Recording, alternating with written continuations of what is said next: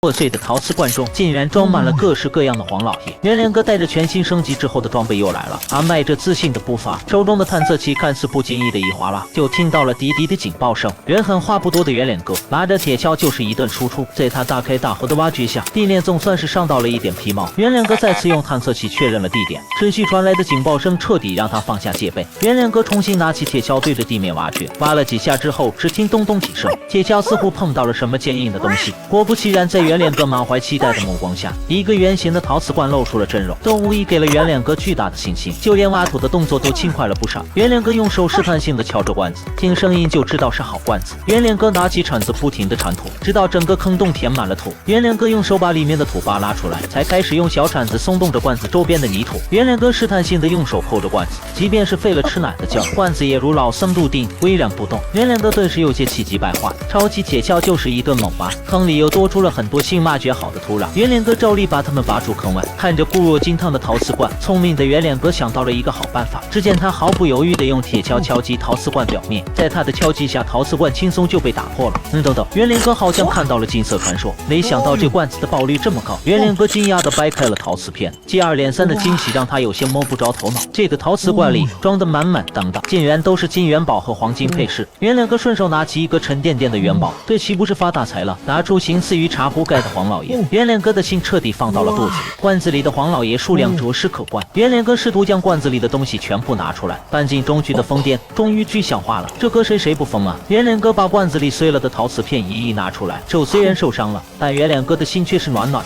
除了元宝和小拇指粗细的金链子之外，袁连哥还发现了好东西，那是一串由碎钻和珍珠共同构成的项链，珠光宝气的样子令人移不开眼。袁连哥顺手又捡起了一块元宝，还想拿底下的金项链时，发现它被金元宝层层压住，暂时无法动弹。这恐怕对于袁连哥来说是最幸福的折磨了，他只好选择拿下容易拿出来的金元宝。袁连哥继续用手在藏宝洞里挖掘着，又拿到了一块分量十足的黄老爷。这坛子埋在土里，也不知体量到底有多大，光是从里面拿出的宝贝都占着不小的空间。没想到袁连哥又拿到了一块超级大的金元宝，有了大块的金元宝，哪怕让袁连哥开豪车住别墅，袁连哥也愿意。说到车就不得不说，官高位招租，咚的咚咚。瓷罐破碎之后，为了避免被瓷片再次刮到手，袁连哥只好再次用工具敲碎了瓷罐。这一次没有了瓷片的阻碍，里面的宝藏终于变得一览无余了。袁连哥兴奋地将盯了许久的黄金配饰拿了出来，还顺道又收获了一条手链。他仔细地端详着手里的配饰，精细的做工和优美的花纹让配饰增添了不少的贵气。袁连哥爱不释手地反复观摩着，看着袁连哥随意丢在一旁的战利品，真的是人比人气死人。显然这还远远不够，袁连哥又掏出了一块超级大的金元宝。直至此刻，陶瓷罐里面的宝藏也挖掘得差不多了，还有最后一块黄老爷也被袁连哥拿了出来。不知道这陶瓷罐底下还会不会有别的宝物。袁连哥用探测器试探性地测量了一下，可惜探测器并没有响起熟悉的警报声。袁连哥整个陶瓷罐从土里拿了出来，罐子的底部已经破碎。袁连哥生怕会有宝藏从里面溜走，还徒手掏了下去。土坑里还有锋利的陶瓷碎片，果然是艺高人胆大。在他的坚持下，竟然又发现了好东西，一块散落在地的珠宝配饰。拿出这块配饰之后，袁连哥再次用探测器测量，底下的坑洞已经被他挖得干干净净了。袁连哥骄傲地向众人展示他的战利品，在特写的镜头下，每一块宝物都闪烁着珠光宝气，这一趟属实是没白来。